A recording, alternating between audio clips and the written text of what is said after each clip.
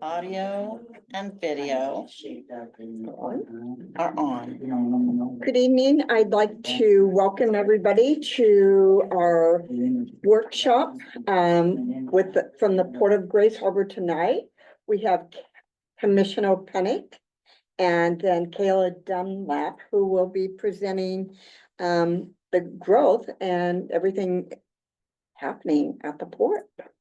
Hey, Kayla, you're Thank up. you, Mayor. Good evening, everyone. Again, my name is Kayla Dunlap. So we go out every year and do annual outreach to every city, the county and elected body in the county. So we're making our rounds this year. I, off the top of my head, don't remember the last time we were here. I know we were over in that building though. But we just want to tell you about what's going on at the port and all of our facilities and give you an opportunity to ask questions of us. So with that, we'll get started. So as we go, please feel free to ask questions. Go ahead. All right, so some port overview stuff here. Ports were formed in the state of Washington with passage of the Port Act in 1911. We are the second oldest port district, just a couple of months behind the Port of Seattle.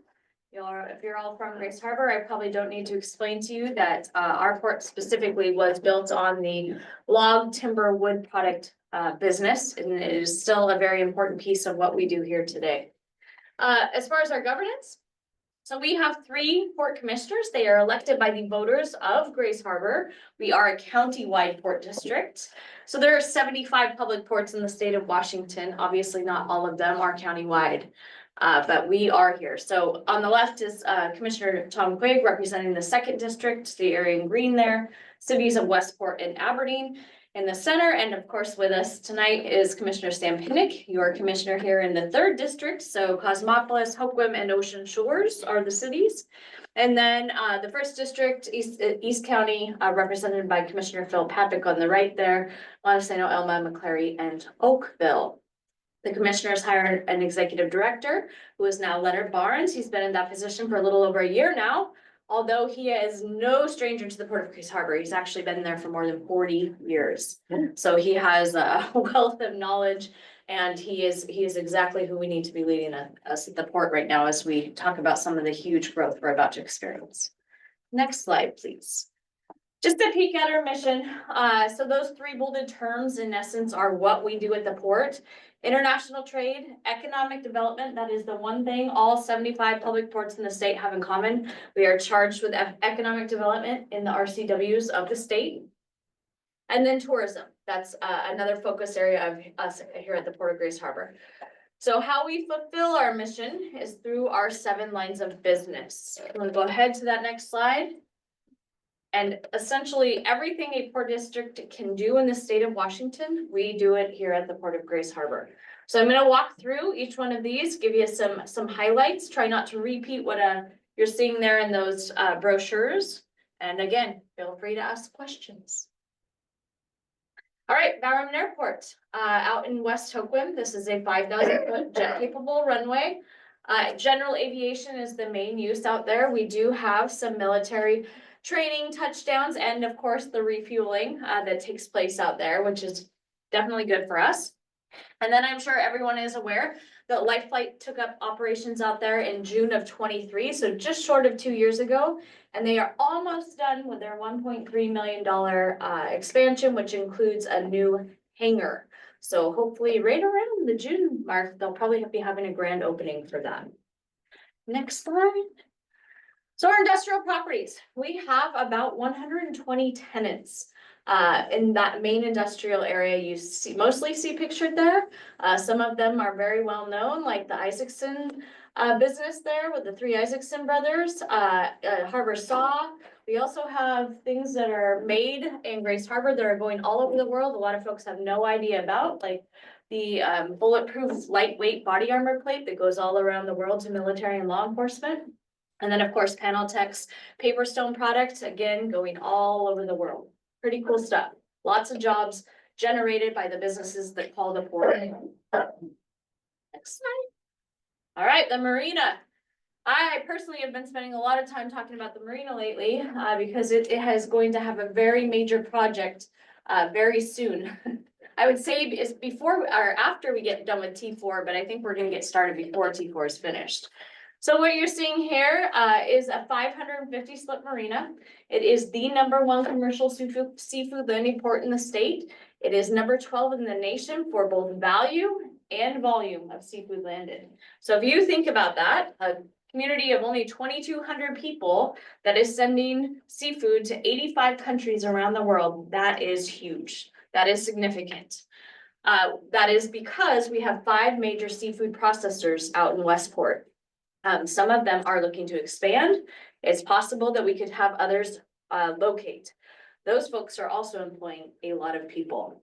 So of those 550 slips, about 365, I think is the number I just saw last week, are what we call annual moorage tenants. So these are folks that are based out of Westport, fishing year round. So essentially each one of those is its own small business. It's a very, very busy thing, and a lot of family businesses are supported from that activity. The marina is also a hub for tourism, recreational fishing. So there's a lot going on out there. Go ahead and go to the next slide. This just a depiction of this isn't even actually all 85. We were waiting for a list before I finish this, but that's just the impact of Westport Seafood. It's pretty awesome. Next slide. Okay, so as I mentioned, we have this large project we have going on. That last photo you saw, that configuration was last put together in the 80s, about then, the time when we dredged about 40 years ago or so. So much of the floating dock infrastructure is somewhere between 40 and 60 years old. It is very much reaching the end of its useful life, and I chuckle because Molly and her team out there do an incredible job of making that life last, but it is becoming very difficult, sometimes very unsafe, and for the most part really inefficient, because much like commercial shipping, those ships keep getting bigger and bigger. So do the commercial fishing vessels. So this marina was not built to handle those or accommodate them even. We do the best we can. Molly and her team do a great job. So we, after several years of planning with their users and taking a really hard look at what we think the future of the boats that use the marina is going to look like, we came up with the Westport Marina Modernization Plan. So this is a phased approach, and very strategic, I should add, to the rehabilitation, reconstruction, and reconfiguration of the marina's floating dock infrastructure. It is probably going to be a $50 to $60 million project. It's probably going to take a decade plus. As I mentioned, it will be phased, and we have identified and will continue to look at any and all funding sources because it's going to take all of them. I'm pretty sure Stan can tell you we don't have $60 million laying around. So we're gonna be strategic about how we get this done, but we're excited. If we want to remain the #1 seafood landing port in the state and significant on a national level, we have to make sure those boats can bring their vessels in with catch. Next slide. Up at the park. So the Satsa Business Park has been one of our facilities since January 1st of 2013. We assumed all of the park's assets and liabilities. And there were some interesting things to learn about the park in those early years. Alyssa and her team have done an awesome job of getting the park up and running. We have over 40 tenants up there right now, which is really exciting, and interest every week about buildings, land, some of the unique assets we have up there, such as redundant power, the natural gas line ends. Can't see it on this photo. Obviously, some very large infrastructure. So a lot of exciting things. I think if I have one more slide about the park happening, that building you see there also was in the last one. That is home to Lynch Creek Farm. So they are a company that ships worldwide, and they do mostly holiday arrangements like wreaths and tabletop decor, but they have ventured into more year-round stuff, including dry arrangements that really help keep their employment base year-round and not seasonal. And they are taking up about 85% of that 255,000 square foot warehouse you see there. Very shortly, we're hoping to hear that they're going to be taking all of it. They invested in a refrigeration unit up there. We were able to go and tour the facility during their peak time in like mid-December, and it was incredible. They had about 250 people working there, and it was like ants marching. They all had jobs. They fill up one of these in like an hour and a half. It's pretty awesome to see.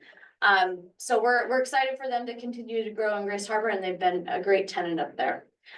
As I mentioned, some of these unique assets have also been a great attraction as we have a lot of conversations and interest in renewable energy, and we expect that to continue. We did have an inquiry into renewable hydrogen. It did not pan out, but those discussions definitely continue. And then the workforce training and education. So we partnered with the ESD 13, is it 113? 113. You know, to host the Tri-Trade event up there. And it was hugely successful. We had over 1,100 students from, I think it was 5 different counties. I think it was over 30 trades and unions represented. Just a really awesome event. Obviously, again, large spaces. It was a perfect host, a venue for this, and we look forward to doing that again. The Northwest Laborers also is a tenant up there, and they do year-round trainings for a bunch of their laborers from the region as well. If you haven't ever been up there on a tour, we're no longer offering walking tours for now. But if you want to get a glimpse into some of that unique infrastructure that's off limits to the public, we have a series of 5 short videos, or you can watch them all together, about 20 minutes, about the history of the park. It is really, really cool. If you haven't seen it, check it out. That's what the QR code's for, but again, they're on the website too. Next slide. Okay, so technically our newest line of business is Friends Landing. So we were gifted Friends Landing in the fall of 2014. And it is a line of business because it has RV and tent camping facilities, hence the revenue source. Does everybody know where Friends Landing is? Yeah? This might be the only room that's ever, everybody knows. That's awesome. So I don't need to explain to you how great this place is. We have done a lot of improvements over the years since we've had it, and more are planned, including a pickleball court this summer. Alyssa and her team have grants submitted to do right off this photo would be where the boat launches onto the Chehalis. And there is a big parking lot over here. So there's improvements coming to the boat launch parking lot, and hopefully shortly thereafter, improvements to the launch itself. That one takes a little longer for permitting purposes and fish windows, but it's been a really big asset for the community and visitors and tourism. So we're pretty excited to have it. And next slide. So while Friends Landing became a line of business for us, we have for a very long time provided public opportunities, and it's very important to the commissioners that we have these. So we have several throughout the county, including 28th Street Boat Launch and Landing, you see pictured there. It is very highly used year round, obviously even more so in the fall fishing season. It's been probably 7 years ago, Stan. We did upgrades to that, including the second launch there and the paving, but really highly used. Fisherman's Boardwalk out the marina. I should also back up, and all those floats you saw at the marina, every single one of them is open to the public. We are one of the very few public marinas that allow that access. And the commissioners want to make sure we can continue to do that, so you and your family can go down and fish or throw in your crab pots. Of course, Fisherman's Boardwalk is another opportunity to do that as well. In the center here is a little lesser known property called Sterling Landing, also a port facility. We are looking to make some improvements out there heading into the summer to just make sure it remains a safe facility for everyone to use and have access to the water. On the left, of course, that is the iconic Westport viewing tower, all lit up for the holidays. Highly used facility as well. Next slide. So we saved the biggest 2 for last because they are by far our largest lines of business. Without the success of the marine terminals, at least 2 of those lines of business may not be happening. So we operate 4 deep water terminals with 5 berths. Terminal 4 has 2 berths, as you can see right here. I'm going to start with Terminal 3, which is out near Bowerman, up there in that corner. You can see it. If you go ahead to the next slide. There's a better picture of T3. So this is Holcomb High School's up in that top of that photo you can see there.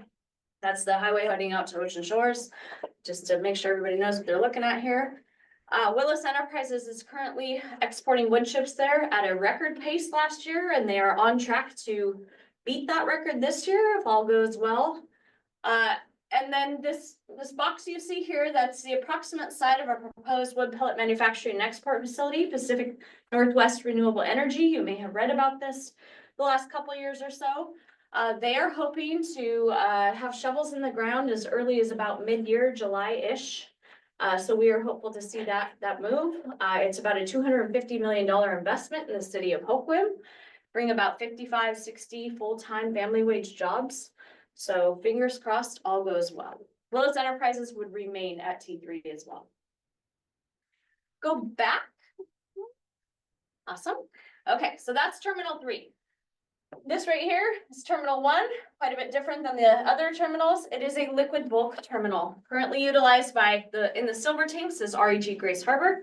They are, of course, are making biodiesel there and have been since 2008, I believe. And they're year over year for 5 years in a row now at record production levels, which is a very good thing. And then in the white tanks right next door is a company called BWC Terminals. 3 of those tanks currently hold methanol. And then in one of the tanks is a product called MDI, which is essentially like an industrial strength Gorilla Glue. So I will point out for you that both of these companies have room to grow here in Grace Harbor. They both have leases or an option to lease on the property adjacent to them. Terminal 2. This is AGP's storage and export facility. They have been in operation there since December of 2003. This is an outdated photo because there are now 12 silos. And they are about at capacity at that facility, doing about 3 million metric tons of soy meal, not whole wheat beans. It's soy meal being exported there, mainly to the Philippines. Their target market is Southeast Asia. They do not trade with China, and that's always been part of their business plan. So we're going to come back to AGP here in a moment as we work our way up. We are actually, if I would have told you this a month ago, I could have said we were still handling logs, but we're not now. And it was by design because of the expansion process. We were running out of room to handle them. So they were going out by container and up to Tacoma for a bit, but that has also stopped. But we'll talk about how that plays out in the future here in a moment. We are most definitely still handling autos, although it is a different model than 10 years ago. We were exporting them 10 years ago. We are now importing.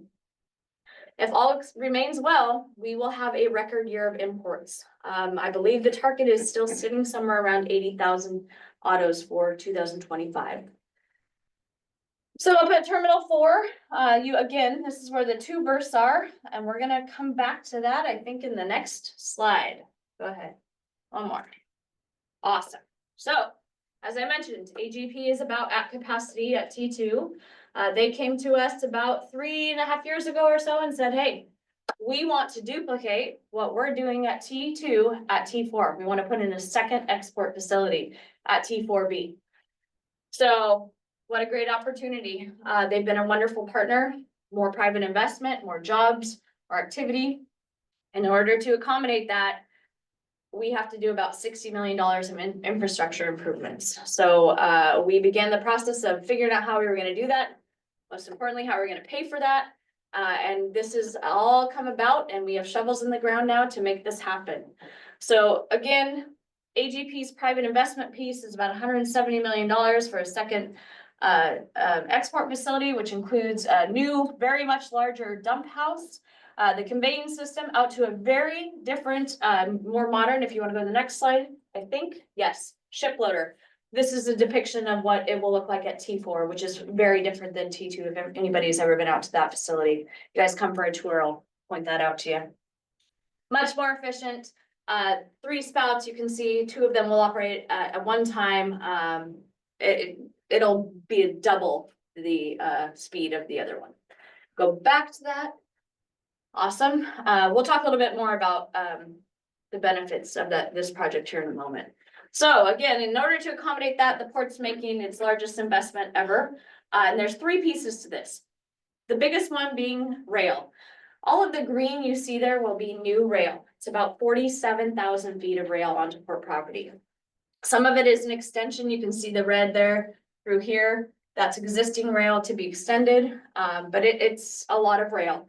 In 2011 and 12, we had put in about 37,000 feet of rail, and it was the largest project at the time, and this will dwarf that. Second piece is T4's new fender system and stormwater. So this is, again, our longest terminal. It's also our oldest. So it needs a new fender system and a stormwater collection and treatment facility. And then the yellow piece, this is the pontoon site, if anybody's familiar. That's where the pontoons for the 520 floating bridge were constructed. We acquired the property at the end of 18. It had been sitting for about 2 years at that point. So unfortunately, 55-acre site sitting for far too long. So we are going to secure the gate first, fill the basin. This huge mound of dirt will go back in. And it is not all of the dirt that was removed, so there will be some added. But what that's going to do is create cargo laydown area to make sure we can continue to handle cargo at T4A, that second berth. Once we add in those 47,000 feet of rail, it's nearly impossible to handle things like autos and logs from over here. So there will be direct operations to T4A there. Next slide. Next one. Awesome. So some of this I've already covered, and this photo was taken in January. The project broke ground in November, and I'll back up and say, we are very lucky here to have awesome contractors. So Roblins has AGP's portion, and our main contract, including the rail piece of it. Quig Brothers has the fender, the dock piece of it. So this is going to be a lot of local jobs created just from this construction. You can see AGP's piece is what you're seeing constructed here. This is where the ship loader supports are gonna go. And then of course the pit is being dug for the dump house right here. And if you went out there today, it would look completely different and far more progress. So I encourage you guys to come see it before it starts rising out of the ground. $170 million of investment, easily 80 long-term family wage jobs created. The majority of those will be longshore jobs. We're going to more than double our export cargo. T2 capacity about 3 million. We're going to be pushing 4+ on this thing. It's going to take a while to ramp up to that, but it's pretty exciting. So what's really driving all of this? And AGP was on the forefront of it, and they know that the demand for renewable fuel is not going anywhere. And the most sought after feedstock for most renewable fuel is soybean oil. So they're not crushing the beans to get the protein or the meal out of it. They're crushing it for the oil. The protein or the meal is just a co-product of that, but is very valuable, especially in countries where they're trying to get more protein into their diets. Like again, Southeast Asian countries. So they're feeding the meal to pigs, aquaculture, chickens, cows, and the like. And it is the amount of meal coming on board is going to easily double here in the next 18 months, 24 months or so. When AGP announced this expansion, it was about the same time they were announcing the expansion of their 11th crush facility back in David City, Nebraska. That also came about the same time 13 others announced plans for additional crush facilities. So a lot more meal is coming. And then I just explained why this product is so important and what it's going to do. It's going to feed people around the world. All right, so directly related, obviously, to our marine terminals is our piloted services. We directly employ our pilots. So we're the only port in the entire state to have this model. They are licensed by the Washington State Board of Pilotage, but they're direct employees of the port, just like myself. So I went on vacation, so I'm like a week and a half off here. Normally I would tell you, currently we have 3 pilots, the gentleman you see pictured here, but our 4th pilot actually came on board while he was on vacation. So now we have 4 pilots. The one is in training, which is really exciting because if we're gonna handle all that cargo, vessel traffic is going to increase. And rail traffic is going to increase, but we'll set that one aside for a moment. This gentleman you see here is our senior pilot and he is facing mandatory retirement next November. So we knew we were gonna have to start training anyway, so he will get some time with our new guy, which is pretty exciting. These guys are very good at what they do. They have a lot of responsibility and liability, so they do a lot of training. Next one. And for anybody that does know, that is Ryan Campbell. He is Montesano resident, and he was the first out of his training group. And he chose to stay here in Grace Harbor and train, not go up to Puget Sound. So we are very fortunate to have him and excited that he'll be here for a long time. Go ahead. Okay, with that, happy to answer any questions. If I didn't cover something you want to hear about, let me know. I have to add, I think you Sure. were here about 3 or 4 years ago. This is very different and very exciting. The expansion Yeah. is amazing. Yeah, it's always fun to be able to share good news, so. Yes. Is any of this gonna be impacted by our current administration with the grants, funding, tariffs, all that? Great question, and we get it almost daily. So the short answer is no, not at this time. Our grant was obligated. In fact, we are already getting reimbursements right now, so we're safe. The program that we are getting it from appears to be safe. Appears. But there remains a lot of uncertainty around some things. Considering AGP does not trade with China is a good thing right now. But when we start involving tariffs on everybody, yeah. So, About the fishing industry and all that, it impacted on. yeah, and that question, actually, I had that one today. Again, I wasn't out last week, so I haven't had a chance to chat with Molly, but I'm sure she's been touching base with the processor, so I can follow up on that one. But the one thing we have is, we have GM coming from South Korea. And if they put the tariff in 90 days on all vehicles coming in, Right, then GM will have a choice to make. right. Yeah, that's sort of what the other question was, yeah, the automobile. We're watching and waiting for sure, yeah. Any other questions? Well, thank you guys for your time tonight, and if you ever do have questions, please feel free to reach out. Like, if you drive by and see something, you're like, what's that? Get a hold of us. We're happy. It's your public port. We work for you. So, thank you. And if you want a field trip to the. Yes, You're invited.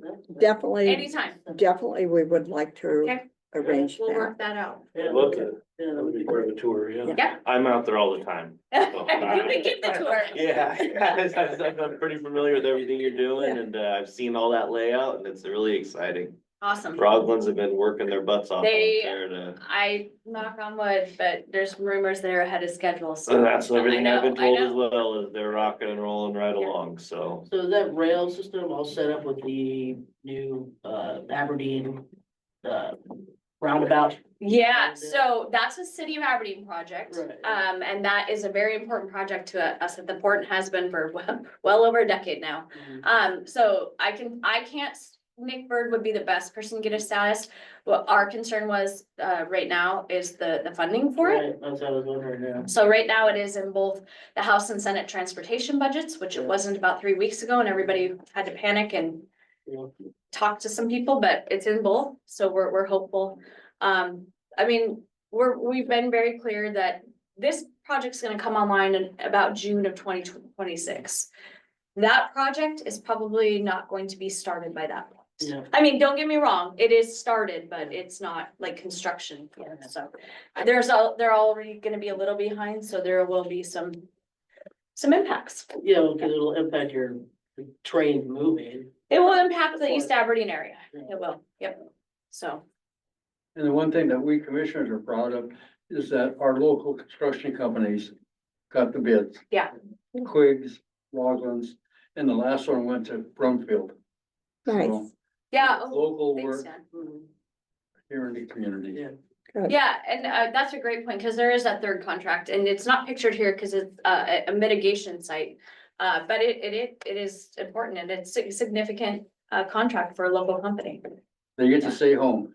Yeah, Yeah. Right, that's right, and it's nice to see that pontoon area, 100%, yeah. 100% moving forward with that. I remember when they started that project. Yeah, it was lovely seeing the activity then, but I don't like driving by and seeing no activity there. So, yeah. Right. We are actually pretty blessed here in Grace Harbor to have the amount of industrial waterfront and some, in many cases, rail served lands that we do.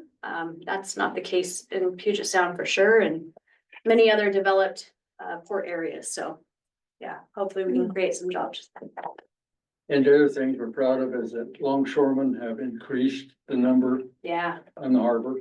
And with the cars coming back, Pace is now up to 50 employees. So from 0 back to 50. That is excellent. And they're Teamster jobs. Good jobs, good paying jobs, It's absolutely. GM now, not Chrysler, is that what I'm getting? no, we've got, yes, I mean, yeah, they're Hyundai and gosh, every time I go out there, I see a different one, but yeah, they're GMs. Thank you guys for your time. Thank you Thank so you. much. We'll go ahead and stop the recording and pause the video until our council meeting starts.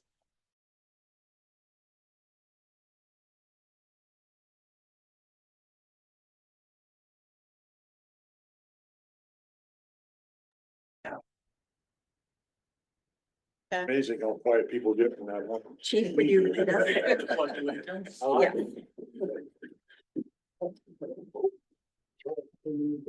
I pledge allegiance to the flag of the United States of America and to the republic for which it stands, one nation, under God, indivisible, with liberty and justice for all. Thank you, Chief. This is Mayor Springer. It is 7 o'clock, April 16th, and I call the council meeting to order. Clerk Barr, how many citizens are joining us online this evening? We have 6 participants. And also, who else is joining us online? Looks like we have our attorney, Chris Coker, is online. And then in person, we have Commander Timmons from Aberdeen. Thank you. I'm going to, will you take roll call, please? I will. Councilmember Skinner, Present. Councilmember Wynn, Present. Councilmember Spargo, Here. Councilmember Colette, Present. Councilmember Darcy. Here. All council members are accounted for. Approval of agenda. Is there a motion to approve tonight's agenda? Please state your name. Hi, Councilmember Colette. Move that we approve the agenda for this evening. Is there a second? Council Darcy seconds. Is there any discussion? Hearing none, is there all those in favor? Aye. All those opposed? Is there a motion to approve the consent agenda? So moved. Councilman Skinner. Is there a second? Councilmember Colette seconds. Is there any discussion? All those in favor? Aye. Any opposed? Hearing none, moving on. Committee reports. Auditing committee.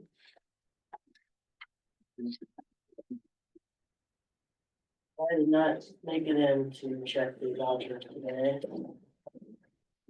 Sorry about that. Neither have I. I apologize. I must say, I've not even. Okay, park report. We had a regular meeting time, but we need to reestablish that. Yeah, we had no meeting, no report this month. Okay, thank you. Public safety reports. The same. Yeah, no meeting, no report. Okay, public works. Yeah. Okay, city officials, clerk Barr. Well, we're working on getting things ready for the move. It'll be quite exciting. So we're very busy with that right now. Just a lot of things going on, a lot of reports to get out for this month for the quarter end. We've got all the L&I reports. We've got SLERF reports, which are basically the COVID money and how we spent it. That's due at the end of the month. So a lot of activity happening right now. Chief Lehman is absent tonight. He has asked that Councilman Skinner give a report for him. Chief Layman, thank you for excusing my absence from the council meeting as I am out of state on business. Cosmopolis Police had 101 incidents since the last council meeting as of 4/8/2025. Aberdeen Police Department report, We'll have the Aberdeen, I'm just reading what Chief. put. okay, thank you. Number of incidents that Aberdeen handled during the after hours. Some progress was made this month with some of the graffiti. A suspect was identified and charges have been filed through the juvenile prosecutor's office. Thank you to the community member that observed the suspicious behavior and called it in. We're grateful for the community partnership that we have. We had an open house at our new municipal building on 4/2/25. Thank you to our community for your support to have this building and opportunity. We have begun the process of moving over, but will continue to be in the fire hall for a bit longer as he just can't get away from Chief Faley. Okay, Respectfully, Chief Layman. and then Chief Timmons, Lieutenant Timmons. Commander, I do that too every time, my apologies. Okay, the Aberdeen Police Department, so since, January 1, we've responded to 44 calls here in Causey. Overall, since May 1st, we're at 164 total. So, where we're at. Okay, thank you. Building official Bill Cedar report. It's been really busy, got a lot that's been going on, got a lot of projects. The PAPA project is still on hold till June. I don't know what they're looking at or what they're doing. They're checking all the finances and everything. The school project should be starting here pretty soon, next month in May. We've got, a new housing start. It's a manufactured home. It's gonna be going in over on Disler. And then they've got another project that may be coming in. I've been in discussion with them. So I'll probably have more on that next month, how the project's gonna go. Daniels have been clearing their property down there in anticipation of building up to, I think, 4 townhouses on their property down there. So they're moving right along on that. Thank you. Chief Farley. Thank you. We're still working hard on some of the grants that we have open right now. We have a couple that closed this month, a couple more in July, so it's been taking a lot of our bandwidth, and we're applying for another Department of Ecology grant for some hazardous materials response equipment. Over the past month, we did release one of our probationary firefighters. We had to let him go, wasn't quite making the standards and doing the work that needed to be done here at the department. We have 4 in EMT class right now. We had a separate one pass all the EMT exams this morning, actually, so he'll be certified by the state here shortly. 3 should be finishing up next month, and 2 or another one finishing up in a couple of months, and then another one starting here shortly, and then 3 in fire academy that are finishing up next month. Thank you. So, time for the mayor's report. As all of you heard, that we will be closing the office April 21st. With that said, we will still make sure that business is happening in between the move. We won't be answering phone calls during the day, but you can call the office. We will be checking the phone at the end of the day, returning calls. They will be posting payments and taking care of all of that. So we anticipate probably one day, well, there may be some, when we're connecting the internet, getting all of that up, we're not sure what that's going to look like, but the goal is to keep things running as smoothly as possible. But citizens will not be coming into the office at that time. The office will be closed. If you need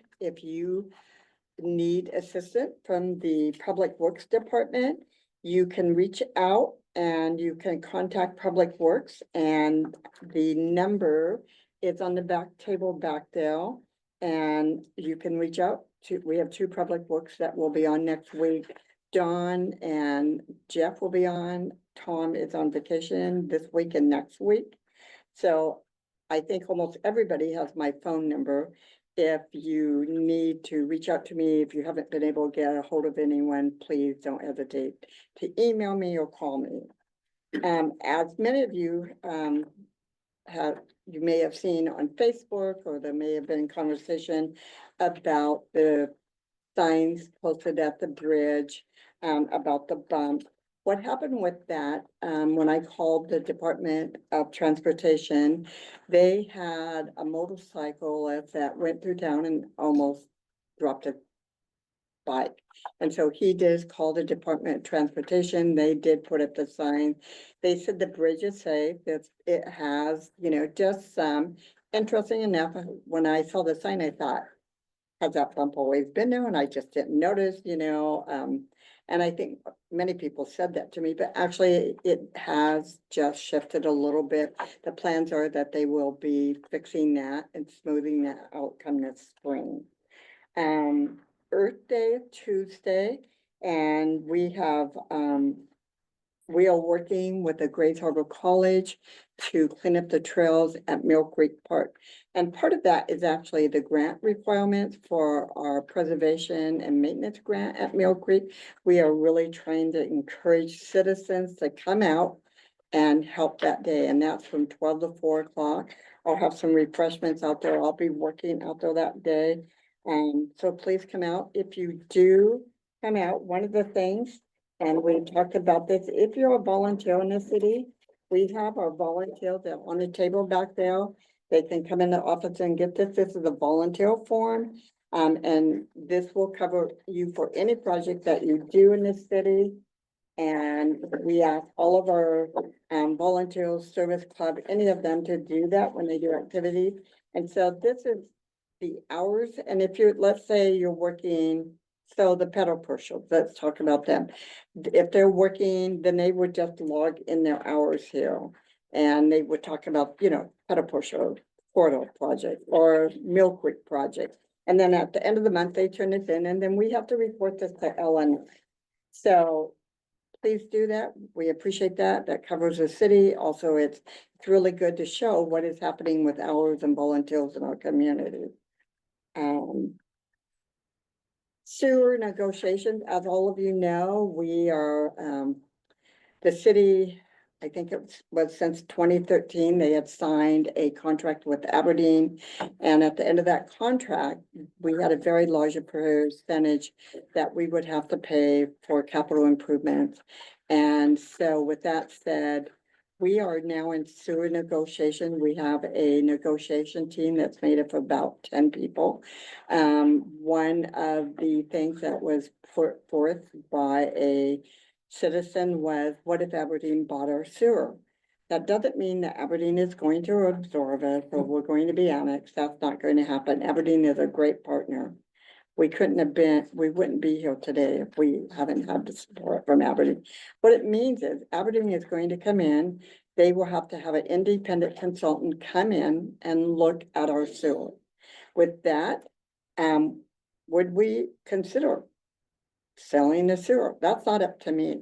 That's up to you, the citizens, with all the known facts. And it would need to make sense for us to sell the sewer to ensure that it's profitable and will take the burden off of having to raise our sewer rates for our citizens. And they would be in line with what Aberdeen pays, not more. We are looking at other options. We don't know what those are going to be yet, but I've been talking about this for months. I don't want it to be a surprise to anyone. If you have questions, please come in and talk to me. All of us, it's going to affect all of us in this room and those online and in the community. We now have I want to thank Bill Newman and Ken Cummings. They had served on the planning commission for many, many years, probably 30. And they were important and a vital part of that planning commission. We have a lot to address with the planning commission, and the two gentlemen said, I think it's time to retire. They'd put in their times, and now we are fully staffed, and we are going to have regular meetings starting, May. I don't have my glasses on, May, what is that, 5th? And those meetings will be at 6 o'clock and the public is invited and we will have the notices out for that. There's a number of things. I sent a letter out to the planning commission that we will be addressing. So it will be interesting, I think, for citizens to come and listen to what is happening at those meetings. We just completed a water leak detection. And what that is, early in the year, we had a couple of significant leaks. And with that, we contract because we did not, the only certified water individual was a past city administrator. No one else on staff was a certified water technician. We did try to hire for that position. We didn't get any applicants. And so we ended up contracting, if you don't know this, with the community water systems, and we have the state required we do that, or we would be paying $5,000 A day. a day. And so they said you need to have your own certified technician or company monitoring your water. They are right on top of it. They ensure that our water is safe. When we had to have a boil water advisory, they were here and they followed all procedures that needed to happen. If we have any kind of major leak, they are notified. They are our water people. And that is the community water systems. And so with that said, we want to be proactive, not reactive. And so we did have a team from their department come out and they conducted, was it 3 or 4 this year, water detection. And we, at that point, everything is good. So let's keep our fingers crossed. And we hope to do that every year to be ahead. We did come across a leak that we weren't aware of because it was underground. It was going out in a stormwater and it was significant. Had we not had the water detection done, it would have been significant to what the city was going to be paying for the water. So it's a good thing. It's preventative maintenance. Other than that, events that are happening around town is the Easter egg hunt that will be happening this Sunday at 11 o'clock at Lion Park. That's a big success. Come out and enjoy that. And then I've had several citizens ask about dump vouchers. So unfortunately, before I came into office, they stopped that. I would love to have it for our citizens. We are not there yet. So if people ask you, we do not have dump vouchers. We're not doing spring cleanup. It's a goal we'd like to get back to, but we are not there yet. And that's all I have for my report this evening. So, moving on to new business. Councilman Skinner, will you present the Second Amendment to the law enforcement in a local agreement with Aberdeen, please? Okay, I'm not sure that I gotta read this word for word, but what we have is, we've had an agreement with Aberdeen since May of 2024 to cover our police services on our off hours. And we've made this agreement then. We updated it. The First Amendment was October 17th of 2024. That 6 month is over now. And so we were looking for a Second Amendment to this to continue the agreement between the two parties, the City of Aberdeen Police Department and Cosmopolis Police Department. And we will vote on this tonight. It has to be done before May. I think May 5th is when it ends. And so this will be another 6 month agreement with Aberdeen to cover us till December 31st of 2025. And prior to that, we'll come, and if we need to, we'll want to continue it. It doesn't look to us that we can afford to put another patrolman on. And this affords us coverage for Cosmopolis at a rate that is affordable to us and make sure that the citizens have police coverage 24 hours a day.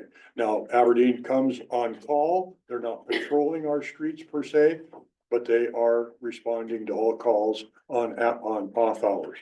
So again, this is just the discussion part of this. we get to the time of doing motions and voting, then I will be putting it to the council to vote on, extending this agreement to, moving it forward for another, 6 months. Thank you. Yep. And just to add on to that, Commander Timmons has been here at every council meeting. He's been giving a report. And they have covered us during the day when we needed. We do have a full-time chief. I want to reiterate this because this question does come up. And we have a full-time officer, 3 reserve. But that doesn't cover our off hours, and, you know, this has worked well. You could walk down our streets, I think, at any time of the day and feel safe. And so moving on to Councilman Skinner, will you please present the proposal to purchase Hoquam's ambulance? Since there's somebody else, You're busy tonight. I guess so. I'm gonna get to where I'm gonna go with that one now. There was anything. Oh, you gotta be kidding me. Nothing in the packet? No. Oh, my lord. Okay, we have discussed for well over a year, the purchase of a new ambulance, not new, a used ambulance from City of Oakland. City of Oakland got their new ambulance and theirs is for sale. Our chief and, Oakland have been working to come up with the, how this can work and what we can do to make this happen. They want, I think, $5,000 for the vehicle. The vehicle new, now it's got miles on it, but the vehicle new was 300 and some $1,000, I think, to buy a brand new ambulance, equipped ambulance. Oakland done that. They have bought a new one and they're had this one as their second and are now wanting to replace it with something else. And, our ambulance is way beyond its usefulness, I guess, at this point in time. And so we are looking to make this purchase happen. There is funding. We have been discussing with the CPA and our attorney on what fund and how it gets moved around. And I'm sure Chief Faley has even a better idea than I do about where that's coming from. But I know it had been allocated in the budget. We had already put that, and that was allocated in this year's budget to purchase this ambulance. And it was just how we were gonna find the monies to be able to do it, was where we were at. So again, we are going to just have this discussion at this time, then it'll be open to any public comments or questions about it, or any of the councils when it comes time to vote on the purchase of this ambulance. If I got pretty much that, chief? I would just like to add, when he said the money was allocated, it's not coming out of the general fund, it doesn't affect the sewer rates that are coming. And we have had discussions on this, and when we take the old ambulance, there'll be an auction. And Nick, Chief, would you like to talk Yeah, about that a little the bit? plan isn't to add another ambulance, it's to replace the current one. Excuse me. Surplus the ambulance that we have, we'll be bringing next month, when we have some other surplus items in Right. the lease as well. So I think we're getting a pretty good deal from Hoquam. I'm looking at this for $5,000. On Monday night, they did surplus it by resolution, and they named the city of Cosmopolis. It's a little bit behind the ball, or a little bit behind the process that we'd like to be following. But they approached previous public safety committee about this. So this has been in the works about 2 years since they started the purchase of their ambulance. They're not surplus their ambulance because it's the oldest in the fleet, that is the worst in the fleet. It's because it's a diesel ambulance and they want 100% gasoline ambulances is what their city mechanics looking for. So since we started this process with them 2 years ago, it did break down, and the city mechanic had to rebuild. Mark, help me out here, rebuild the top half of the. It was a partial rebuild. Of the upper half of the engine. And essentially gaskets needed to be replaced were replaced. Yeah, we're looking at some significant work if we were to keep the current ambulance and not go with Oakland's. We're looking at, the power steering is going out on it, starting to have some electrical issues. It has some leaks going on as well, and new tires, so there's gonna be significant costs, if we were to invest into that as well. So this one's 13 years newer and it does have 40,000 more miles on it than the current ambulance. So it'd be a 2010 replacing a 1997. And if I may interject, the ambulance we'd be getting from Hoquiam is in better shape than I think what we've got out there right now. Significantly, yeah. Moving on, Clerk Barr, will you present the animal license fees? Sure, these were, fee, increases that we discussed at our last council meeting. This is on proposed resolution 2025-010. Animal license fees are dictated by Cosmopolis Code Section 808, which gives authority to the council to raise and increase rates as needed. This is a small increase that we're proposing. Altered cats, no change. Unaltered dogs for an annual fee is going up $5. A lifetime is also gonna go up $5 from $25 to $30 for a lifetime for altered cats and dogs. The tag replacement fee is gonna go from $3 to $5 on the proposal. That's because our cost has increased on those tags themselves. Of course, there's no fee for a service animal, and animal impound fees are cost. Aberdeen does our impounding for us, and so whatever Aberdeen charges us is what we have to pass through. Clerk Barr, will you present the cemetery fee resolution? Yes, this is proposed resolution 2025-11. This was also discussed at our last council meeting. These fees, these are from 2018. There was a proposal that was in the works for 2022, I believe, to increase these rates, but that didn't happen. So overall, our costs are still lower than any other cemetery in the Grays Harbor area. We're proposing slight fee adjustments. For a full burial, would like to increase that to $1,000 from $950. For an interment, from $370 to $400. For a Saturday church surcharge would go from $325 to $350. That's really important because our public works people don't work full-time anymore on the weekends. And so we do have to kind of cover our costs on that. For a single lot for a resident, going from $1,000 to $1,100. A single lot from a non-resident would go from $2,000 to $2,200. Half lot for residents from $500 to $550, half lot for non-resident from $1,000 to $1,100, quarter lot from $250 for a resident up to $300, and a quarter lot for a non-resident from $500 to $600. They're pretty minimum in the scheme of things, and it really does help us to maintain the cemetery. When we sell lots, half of that money goes to the perpetual cemetery fund and stays there for maintaining long-term cemetery should we need to expand. The rest of it goes to the general fund to help with cemetery needs that are current.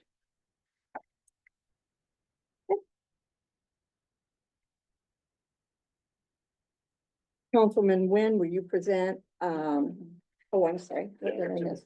Oh, I'm sorry. Bill Cedar, will you present a petition for annexation, please? So as I indicated last month, now we have the proper procedure going on. This is the notice of intent to petition for annexation by the Lees. If you accept this intent, then a date within the 60 days has to be set for a hearing. And then it will move forward from there on through the steps. So this is the first step, is the intent. So you have to vote on whether you want to accept and move on to the hearing for the Lees to proceed forward with the annexation of their property into the city of Cosmopolis.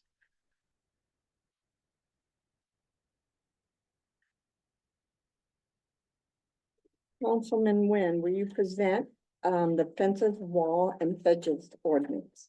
Yeah, thank you, Mayor. So this and the following ordinance I'm going to be presenting, I just want to preface by saying these are first drafts. They haven't been looked at by a lot of folks that need to look at them. We won't be voting on them today. I don't expect we'll be voting on them the next time I present them either. But I wanted to introduce them here as a draft and give everyone plenty of opportunity to look them over, provide feedback. They still have to go by the city attorney or city engineer.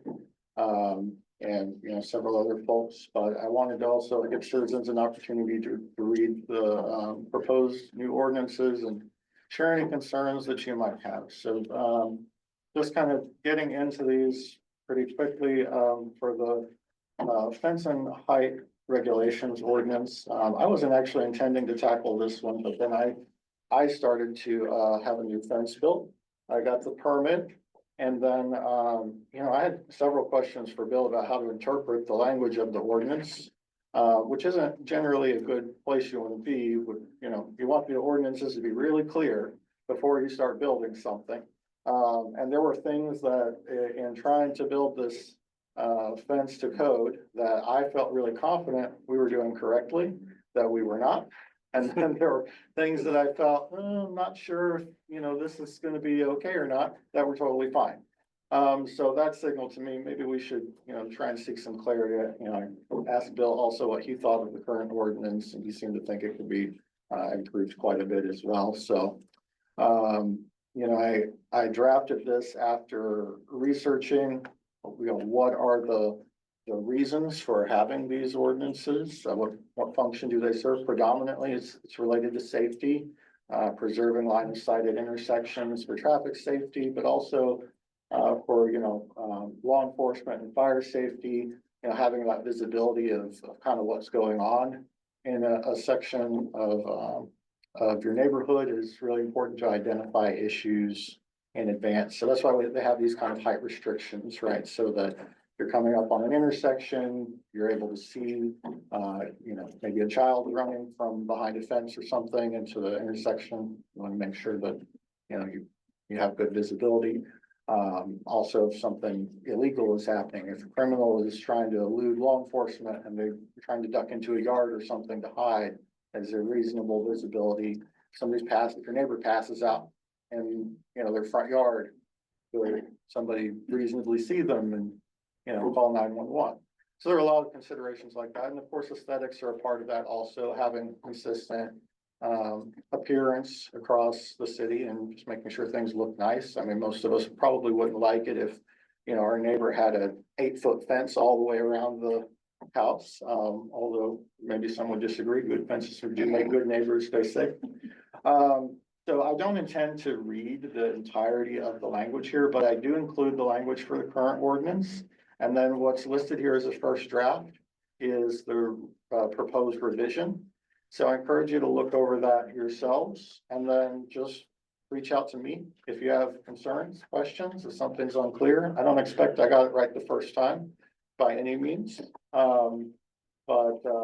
You know, I thought this would be a good starting place to get feedback from folks. I will just also add, I've driven all around Western Washington in the past few weeks. All the way, you know, to Yala, Tacoma, Seattle, I went up towards Forks. And, you know, one thing I noticed and researched what the ordinances in these other cities were online as well. And some of the things that I found were that their ordinances were generally a little more lenient than ours in terms of allowing you to build the kind of fence that you want. I saw a lot of really nice looking fences that actually you wouldn't be able to build in Cosmopolis because the ordinance just doesn't really allow you to do that.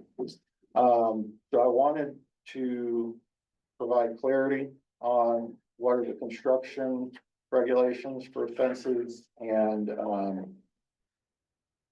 you know, with that, give people the freedom to, you know, build fences that, you know, you might see driving around Washington and say, I'd like a fence like that. And make sure you can actually get that if it's a reasonable fence that, you know, preserves the interest of safety and the town aesthetics. So, Okay, and so Councilman Nguyen will present item 7, planting trees or shrubs. yeah, now this one is much more succinct. Currently, the ruling on planting trees or shrubs on the right of way or parking strip. So just to clarify what that is a city-owned strip of property between the sidewalk and the street parking. A lot of you probably have one of those spaces, in your homes. Whether or not it's owned by the city or it's a part of your own parcel varies in the city of Cosmopolis. You have to go into the parcel finder and check to see if that city strip is owned by property owner or if it's owned by the city. If it's owned by the property owner, then there's not much of an issue in terms of so in either case, whoever owns it, citizens are responsible for maintaining it. And then there are regulations about whether you can plant a tree or shrub there. Current policies that you have to get written approval from the public works director, or in such cases we lack one. The acting public works director, I presume, would be you, Ms. Mayor. It is. Yeah, so many other cities have instead adopted guidelines for what can be planted there without needing to go to the mayor and get written permission to plant a tree in front of your home.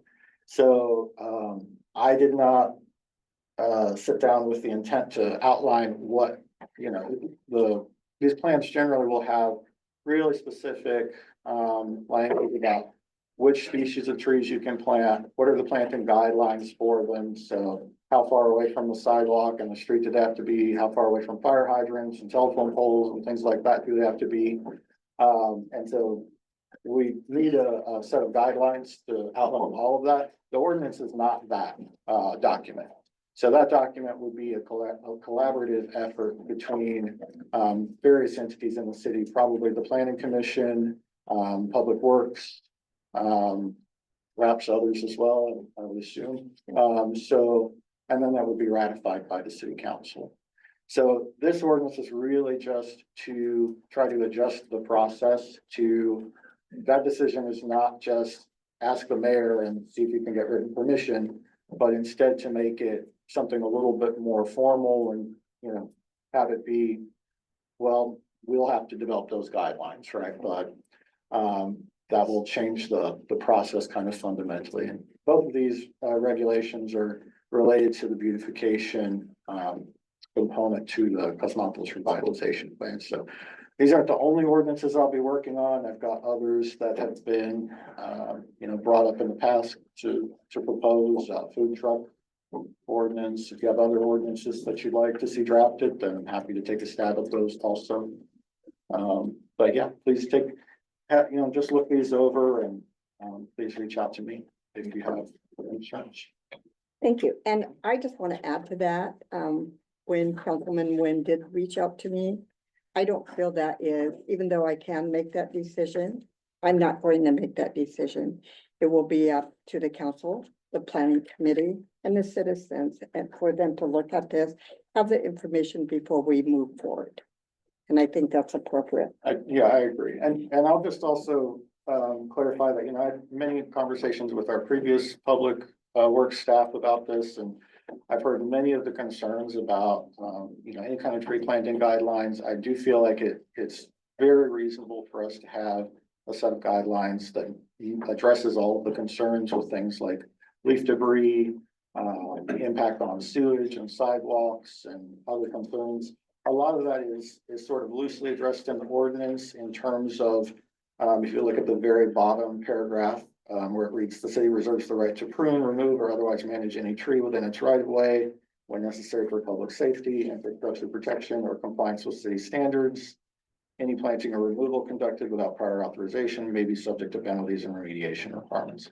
So there's kind of a protection for the city there, but we also want guidelines that protect the citizens from, having this sort of like unnecessary barrier to, doing things that, improve the property value of your home and, beautify your immediate property and, just things that generally benefit not only you as a property owner, but all of us who get to enjoy a city that's more thoughtfully manicured. All right, that's my news. Thank you. Councilman Skinner, will you present Engine Company #1, please? Okay, and as most of you, not most, but many of you know, we've been in discussions, had meetings with Engine Company #1 about the museum and what the plans were, what the city's expectations were, and how we could move forward on this. And as of just Monday night, we sat down for the, well, not the last time we hope, but many times to come. And the engine company came with a draft, and at the top of my paper says, this is just a draft. That they have came up with issues and things that they would like to be able to take care of, but none of it can move forward until we have a lease agreement. And so tonight we will be voting on a lease agreement or sending it to the attorney to draft up a lease agreement that can be have income from both sides, the city and engine company number one, and then be brought back to the council to vote on the lease agreement itself. Then they can have a better opportunity and know where they stand as far as moving forward on the things that they would like to accomplish up there. They've set forth, the mayor asked them to come back with milestones that they would set forth that they would try to get accomplished. There's been lots and lots of discussion over this issue. And I think at this point in time, we have gotten as far as we can until this lease agreement is taken care of.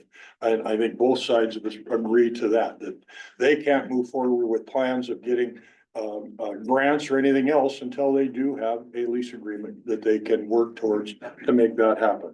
So that's what we will do tonight is, again, have some more discussion on this and vote on sending this to the attorney for a proper lease agreement. That's it.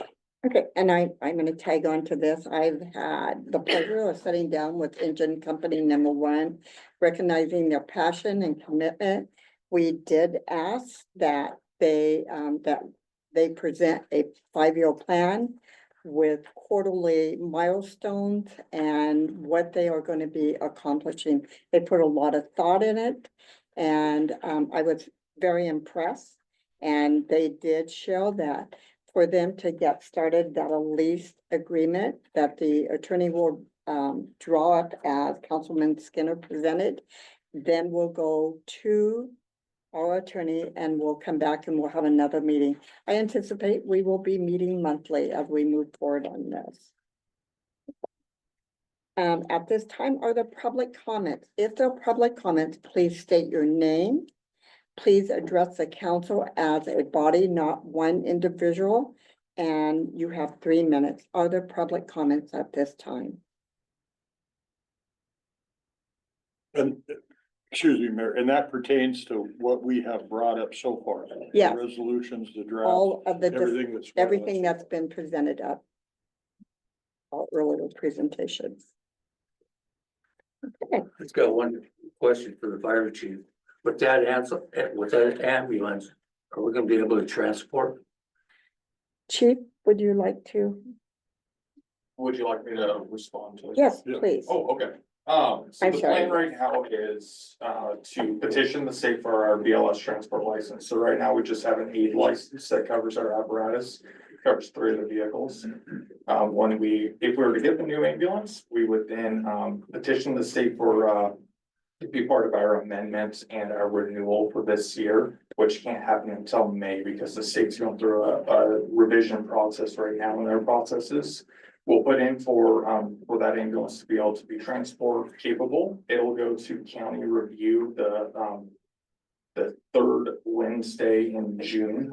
Their meetings correlate with this council meeting. So it would go to county review in June, then it goes to a 3-month regional review to see if the region will allocate a transport license to us. And then it would go to State Department of Health review toward the end of the year. They have a 3-month review process where they'll come down and audit the ambulance, audit the facility, our policies and procedures and our compliance with electronic reporting, all of those requirements. So that is the plan, with getting this ambulance that we were hoping to be transport capable sometime early next year. But there are quite a few steps that we have to go through county, regional and the state levels. Okay. Are there any other questions? If I could reiterate, just that acquiring this ambulance is essentially just the first step. I think Chief did a pretty good job pointing out what the progression would have to be, but this is simply the first step of where we want to go. Okay. Let's see, so moving on, these will be action that needs to be taken on the items that we talked about. So the first one will be the approval of the second amendment to the law enforcement in a local agreement with Aberdeen to continue it. Is there a motion? I make a motion. I, Councilman Skinner, make a motion to accept the second amendment to the interlocal agreement between Aberdeen and Cosmopolis. Is there a second? I, Councilmember Colette, second that motion. Is there any discussion at this time? Hearing none, all those in favor? Aye. Aye. Any opposed? Hearing none, petition to proceed passes. Moving forward, this is to approve the purchase of the Holcomb ambulance. Is there a motion? I, Councilmember Colette, propose or move that we purchase the ambulance from Hoquiam. I actually had a couple more questions first. Or- I guess we gotta get the Discussion. Oh, discussion.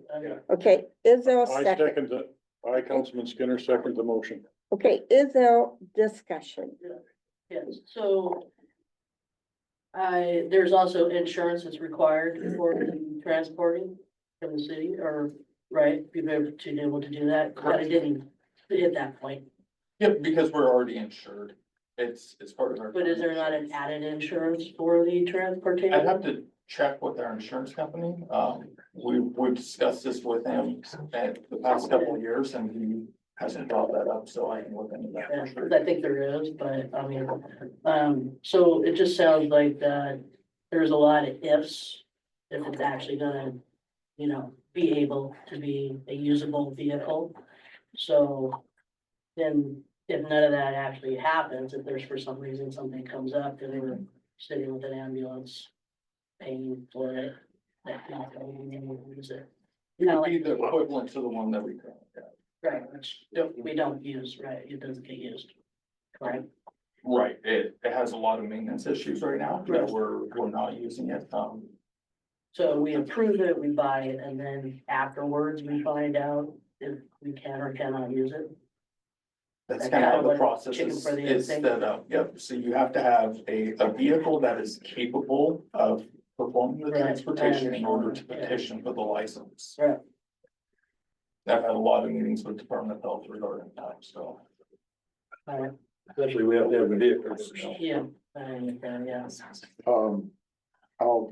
I don't expect a confident answer here. I know that when you surplus a vehicle, you know, it's whatever Yeah. option value. Do we have any idea what the market value on?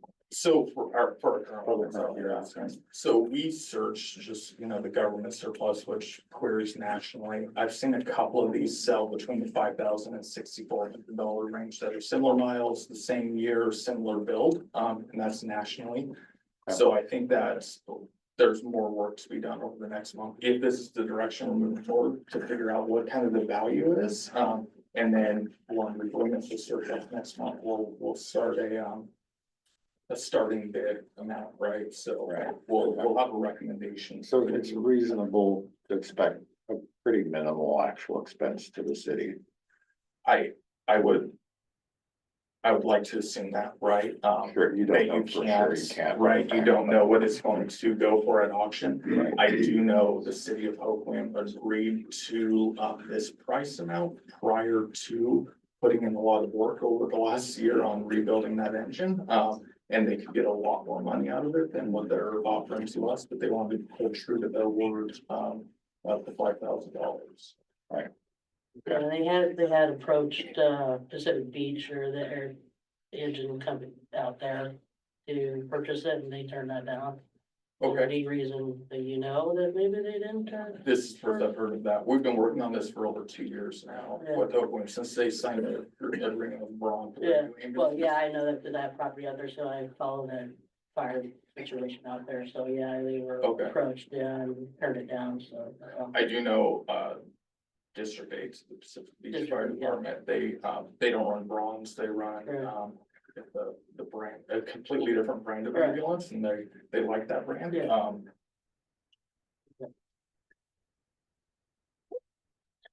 Yes, it's my turn, chief. You said the years. What was the year of the new one?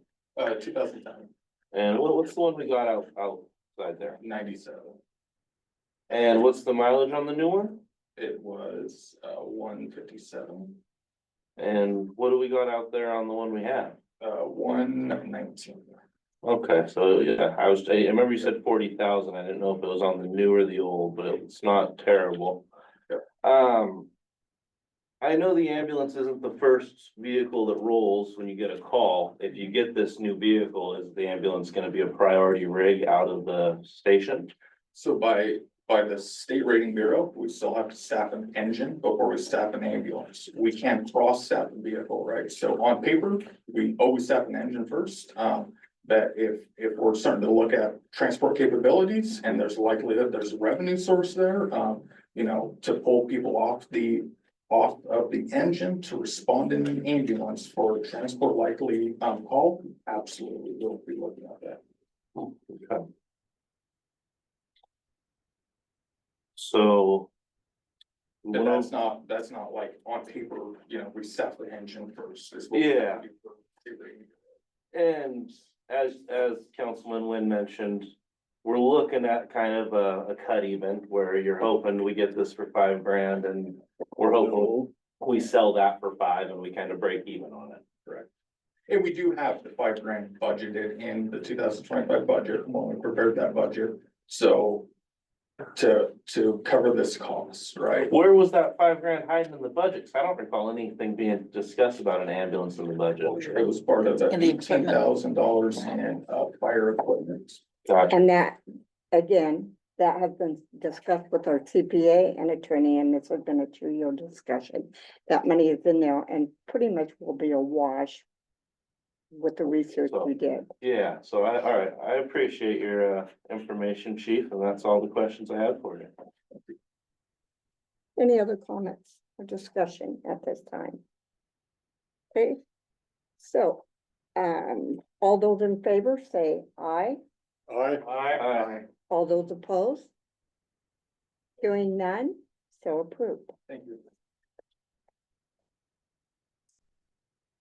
This is, the second one is the approval for the animal license fees. Is there a motion? Councilman Spargo motions to approve animal Is- licensing fees. Is there a second? Councilman Darcy, second. Is there any discussion? Hearing none, all those in favor? Aye. All those opposed? Hearing none? Because more. Yeah. This is the approval for the cemetery fee resolution. Is there a motion? Councilman Spargo motions to approve cemetery fee resolution. Councilman Darcy, second for that? Is there any discussion? Yeah, I did have one question. I couldn't remember when we were talking about this last week, that I know we did discuss that we're having a shortage of space. Were we wanting to keep available space for non-residents, considering the small amount of space that we're literally running out of burial space? So I can't remember, I don't think we discussed it, but I mean, is this something that we would want to eliminate to be able to save the space that we do have for residents that are here? So we, Yeah, I'll let the mayor answer I'll that, go 'cause I ahead and don't speak to know the that. answer to that. because I called the state cemetery board, we had a discussion about what are the rules and regulations, and we actually say, you know, we will turn someone down. At this time, we have about 60 spots left. And we have some inurement spots. Down the road, we hope to add an inurement bank. That's again, down the road. But we would need to do more discussion about that. We've had a discussion with Fern Hill, how they're handling that. But it is getting limited. There is 60 spaces left at this point in time. And what does that mean? There's still more discussion for that to happen before we make that kind of Yeah, or decision. possibly cranking up the price for non-residents, or maybe make it a little less appealing for them to want to be, I live in California, but let's go get buried in Cosby because it's cheaper. Yeah. I guess that did happen once, and the only thing I can think is he drove through and loved our town, or maybe there's some history that we don't know about, so that doesn't happen very often, but I think that's good, you know? So there is more discussion, and with that, that'll be part of the Parks Board. It will come before the council, and that will be presented at a different time. Okay, moving forward, let's see. Gotta make a motion. Oh, is there a motion? There's already a second, I'm, right, so we just need a vote. is there a vote? Aye. Alright, Any- Aye. Aye. Any nays? Hearing none? So passes. Okay. Moving on next, is there approval to proceed the petition for annexation? This is for someone coming into Causey. Okay, Councilmember Colette, moves that, we approve the petition for annexation. Councilman Spargo seconds. is there any discussion at this time? I guess the only thing I would like to do is we've got more audience here than we've had in a long time, and they might not have any idea what we're talking about, where that is. Yeah, As you come in to Cosmopolis before Pape, right before Pape, that's part of Cosmopolis and Aberdeen right there. There's houses sitting next to each other. One's Aberdeen, one's Cosmopolis. The folks that own it own all of them, own the whole property. Yes. And they would like to be in one town or the other, and they've chose Causey. And so they are going through this process now to try to just be annexed into Cosmopolis. As a retired garbage man, it's really because people would tell me there's cans you gotta pick up there in Causey. Causey's not till I get over the bridge. No, Causey's over here too. You've got this little corner of Causey. I had no idea all these years that little section of land over there, so. thank you. Apologies to anybody who came, thinking that the agenda tonight was about annexing the whole. Yeah, I city. wanted to say, when you hear that word, it's not going to happen, so. We're actually gonna grow by it. My gosh. We are gonna be grow by. Okay. So all in favor? Aye. All those opposed? So passed. Next, And then you need to set a hearing date within the 60 days. okay, Who needs to set a hearing date? You guys do. Okay. What? So do So we we need to set a hearing date can tonight? have a quick discussion now. so Chris, I know you're available, our attorney is online. Is there any thoughts on this or any advice at this time, where we proceed from this? Yeah, all you're doing is basically accepting the petition. You're not approving anything. You're just accepting it and saying, okay, we're gonna move forward at this point. Then there will be then we have to set the council needs to have a meeting with the people that want to annex, and then we, decide whether we're gonna accept, reject, or modify it geographically. So the next step is just, at some point, we'll set a meeting, which is a meeting, obviously, with the annexation folks, and we go from there. It just has to be done within 60 days. Is that not an open meeting? I'm sorry? Is that not an open meeting? Yeah, it's an open meeting. Yeah, it's a meeting of the council, so it's a meeting. Okay, so. And then there'll be a public hearing later on in this process as well. Gotcha. Can we conduct Yep. that at our next regular council meeting, or do we need to set a new meeting time? You can do it at a council meeting. Okay, thank you. Okay, thank you, Chris.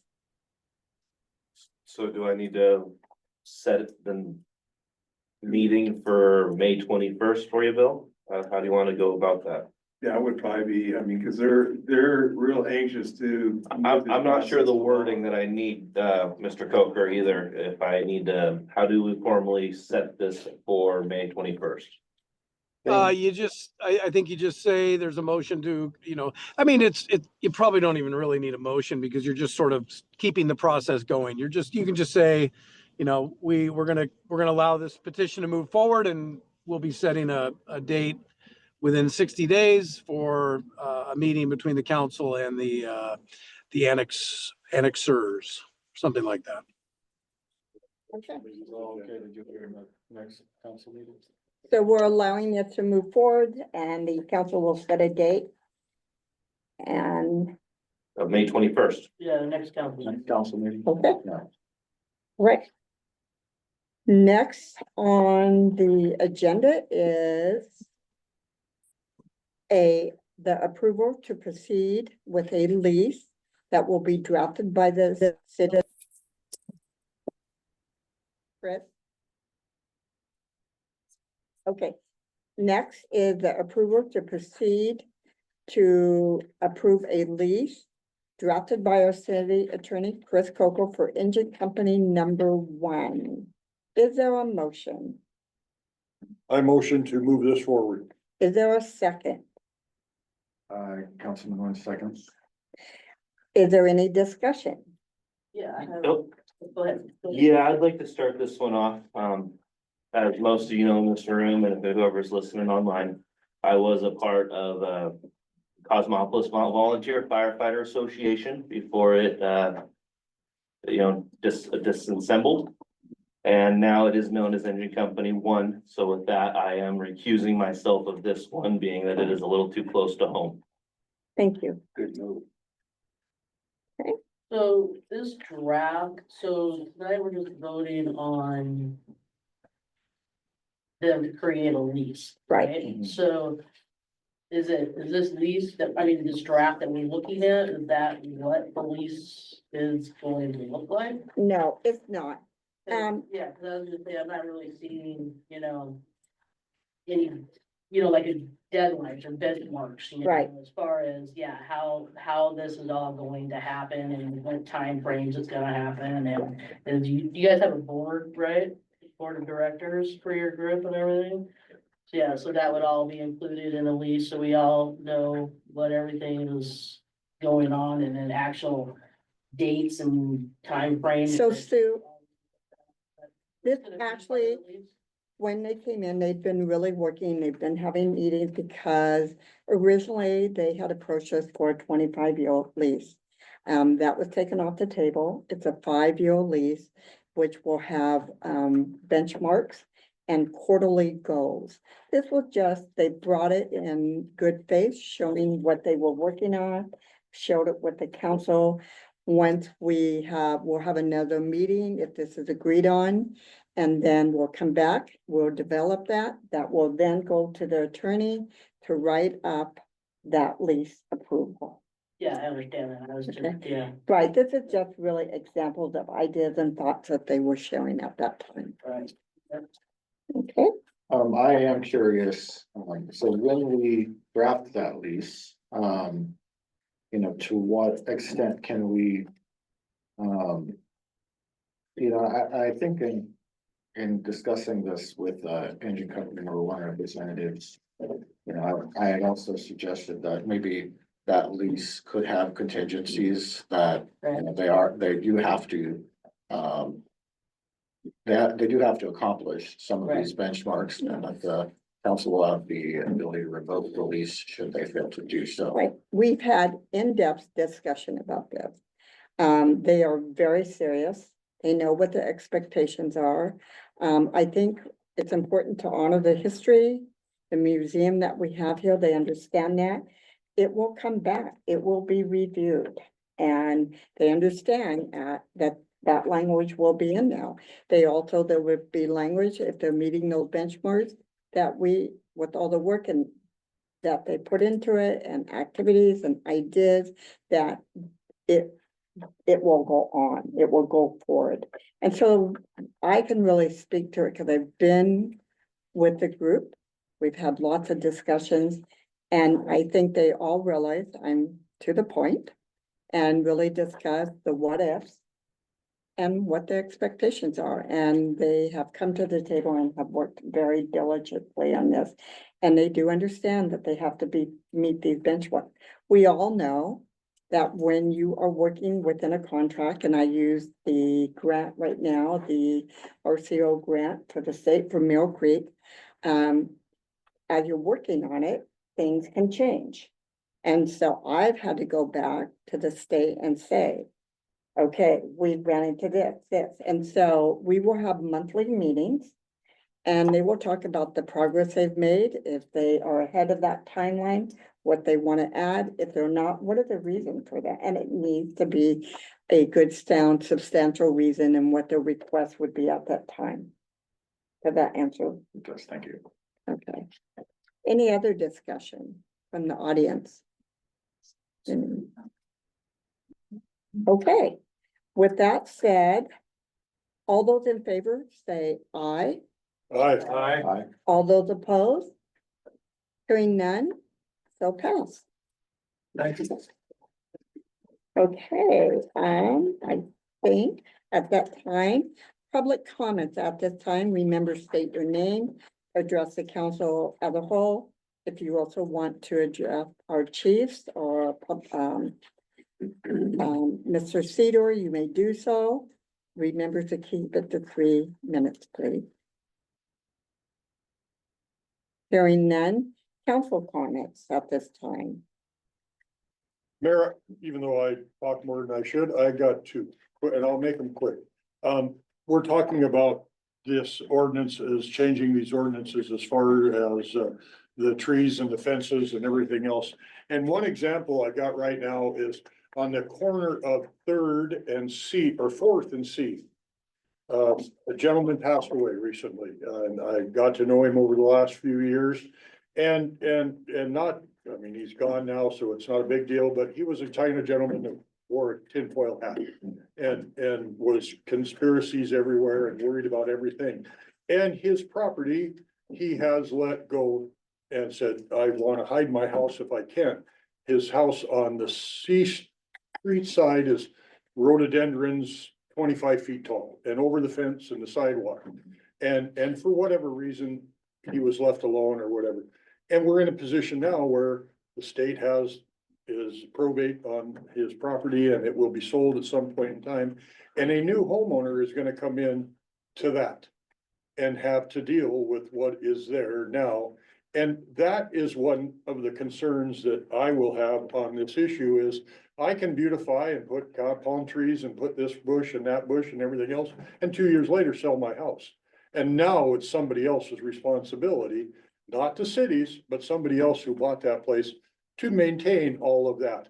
And they can say, I'm gonna take a chainsaw and get rid of all that, clear out all that brush, I don't want none of it there.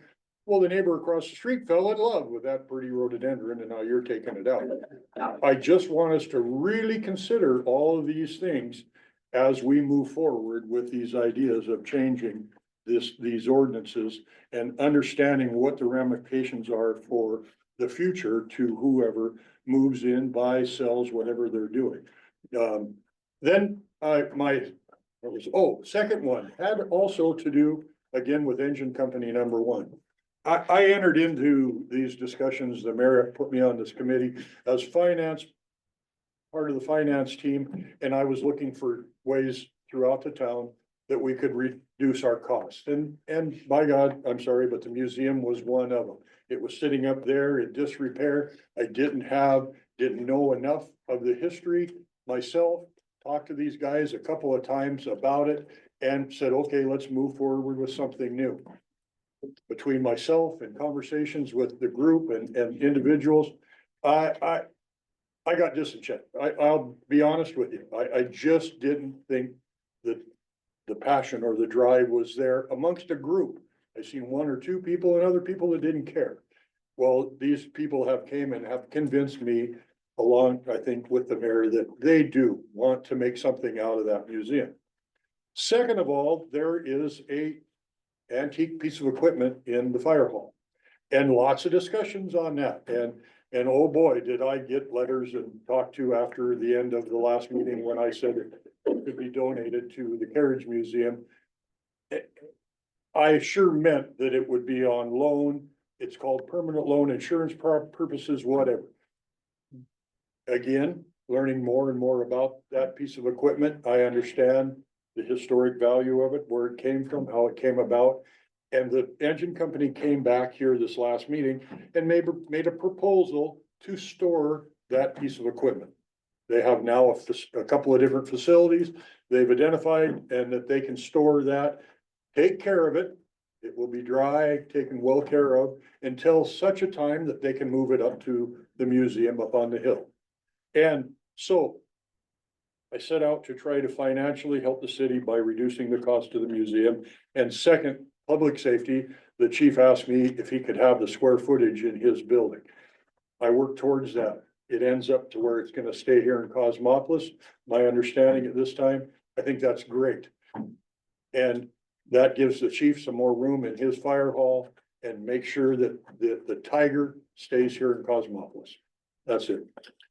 I'm gonna add on to the title, I saw it beautiful, didn't really understand the history till I spoke with Todd Moten. Thank you.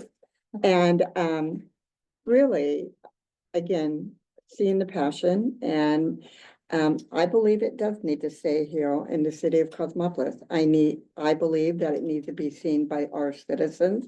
And this group will be hoping to display it, have it out at events. There is still Chris as our attorney. We will be talking about what that means and how we go about doing that, but that is the plan. And once we get everything ironed out, we will move forward with that. But again, that's another discussion with the attorney.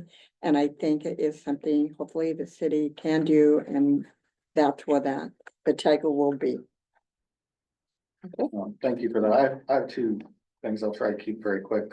First, I just want to thank the mayor and her staff for getting this volunteer form together. I think that's very exciting. We've had a lot of folks express an interest in volunteering for the city, contributing to all these, great ideas that people are sharing about revitalizing the city. But it's been a kind of a pretty important logistic hurdle when we say, well, we'd love for you to help, but we kind of can't for reliability reasons. And, this volunteer form and sign up sheet is really helpful. So I know a lot of folks have been discouraged by kind of getting their kind offers for help turned away over the last year and a half. So I look forward to being able to re-engage with folks about that to make some more great things happen in the city. And so I'm not sure about those conversations, but I will add, anyone that comes into the city or reaches out for volunteer, I'm like, we want you. And we've been handing these out for the last 2 years, the pedal pushers have had it. And so if you have someone, send them our way, because we fill them out in half of the last year or so. And so. I appreciate that. Every time I've asked about this, I've heard we probably have them somewhere in a filing cabinet. So I must have missed the memo, but thank you. Okay, so. Just quick one here about the tree planting ordinance still. There's actually, the one that you said 18.61, well, there's actually 3 more ordinances that are about trees and the planting of them. And they're very significant because I have a couple good examples of on my street, Alder, that where the trees were planted and now it has literally lifted the sidewalk significantly. Yeah. And there's, I know you have different trees that you say, but these are, you were talking about maple leaf trees, or, these are, but it is significant because we have a lot of people walking. And it leaves the city open for a liability situation that if somebody is to trip, on these raised sidewalks. And I know in the past, the city has had people cut these trees down specifically for that reason, in that pathway, or if they're on the edge of their yard near the sidewalk. So I think we need to look at all of the ordinances that are around the tree planting, because it is a significant thing. And it's also, we have our water and sewer lines all run along those areas too. And those are kind of on touchy ground the way they are. Sure. So it wouldn't take much to, Yeah, separate that off. I there. So, appreciate that. If you yeah. have, if you Yeah. know of other ordinances that you could forward to me Yeah. so that I can look at them. Yeah, and Yeah, yeah, it's just, I know it's been something in the past, it's been kind of a thing, and if you read the ordinances, there's, it's obstructing sidewalks, it's the removal of right. dangerous annoying vegetation, and then you also have planning, right away. There's actually one with this parking strip. Yeah, and just to clarify, the ordinance here does not prescribe anything about Right. what trees can be planted or how. What Yeah. it does is delegate the responsibility of creating those guidelines to other entities within the city Right, and give them the authority to do that. yeah, But, to that concern, I have drafted guidelines before. Right. It's not my place to say, here's the guidelines, everybody should Right. do what I think, in terms of planting trees. But, it's not difficult to see that there are places where folks have planted trees that are inappropriate Right. for, Yeah, the it's kinda how- location that they can. right, that's kind Yeah, of how and- you brought up, or. sorry, Yeah, Councilman. and invasive roots are Yeah. an issue for certain species of trees, Right. and others are completely safe and fine, and we don't have to go in and hire some expert panel to Right. advise us Oh, on yeah. this. There are already many cities that have these guidelines, Yeah. and they clearly publish, everything from, are there concerns about the roots? Are there problems with pests? Are there problems with debris? And height Yeah. is another important one. And it does add more of a burden too, depending on what the trees are to our public works, because, you start planting a bunch of leafy trees, not everybody cleans up the gutters, and so it does add even more of a burden on the Yeah. public works, having to clean the gutters and the drains. and Right, all and too that was on something top I of it. discussed with the previous public Yeah. works staff, and they said, as long as you choose appropriate species, that it's easy enough to clean up, they don't produce a lot of weeds that don't Yeah. decompose quickly and they clog sewerways. As long as you're choosing the correct kinds of trees, not a Yeah. problem, but the problem is when you give people all access pass to plant whatever they want. And, Right, so, and same thing like with the hedges too, I mean, you don't wanna have neighbors, arguing over, hedges and all that. so. And I sorry, think I'm not, Let's I'm have not finished with my comment. I'd like to- I'll try to conclude this really quickly, if I could. Yeah, so good concerns have been raised, and I've heard most of these concerns before. I feel confident that we can work through Yeah. those to address that, but I do want to just make it very clear that this is the written invitation for folks to reach out to me about that, so, I especially invite Bill and Chris to reach out to me with their thoughts and suggestions, other council members to reach out to me, and citizens as well. Please look them over. I'd rather not we have a protracted discussion about this next time as if people are reading it for the first time. I'm giving it to you in advance so you can look it over and let me know about your concerns, and then I can come up with a better draft. Right. Okay, thank Is you. there any other discussion? I have one comment I'd like to make there, Madam Mayor, if I may. Direct toward engine company number one there. Some of you remember back when I was part of the fire department, back a long time. And I want to say this, I really like a lot of the things you've got in this proposal. And I'm looking forward to seeing something with maybe some of the deadlines in it, stuff like that. But I remember when, well, I had some fond memories when I was with the department, I'll say this. And when things went down between yourselves and the former mayor, I stood up with you guys at that meeting. We stood shoulder to shoulder. Anyway, I like this draft. I like this proposal. And I just want to add, we have a great fire department. We do. We had great volunteers, and we are going to move together, working together. And then Carrie, you had something. I did, on the volunteer sheet, I've had a couple of citizens kind of concerned that we've got their information, things like this. We have to report to LNI, but a volunteer's name never goes to LNI. It's rather just a count of how many volunteers and what the hours are. So I just want to reassure citizens or anybody that does want to volunteer, your name does not go to LNI in any way, shape or form. It's just the number, and that's what they're interested in. And we'd like to have that on file. if, sometime an individual, one of the pedal pushers may be out on the street watering flowers by himself or herself. And if there was an incident, we need to be able to contact. And so that's why we have this. And, as I said, it's been in place now since we came into office. And we have a folder for it, and it's just encouraged because we have more and more volunteer opportunities and want more volunteers. I know it's been a long meeting, so I'm going to move forward that is there a motion to adjourn? Hi, Councilmember Colette, move that we adjourn. Is there a second? There'll be no other business for the meeting. The meeting is adjourned. Thank you, everyone, for coming. The meeting ends at 8:18 PM. Thank you, everybody, for joining us. Hi, Chris, thank you.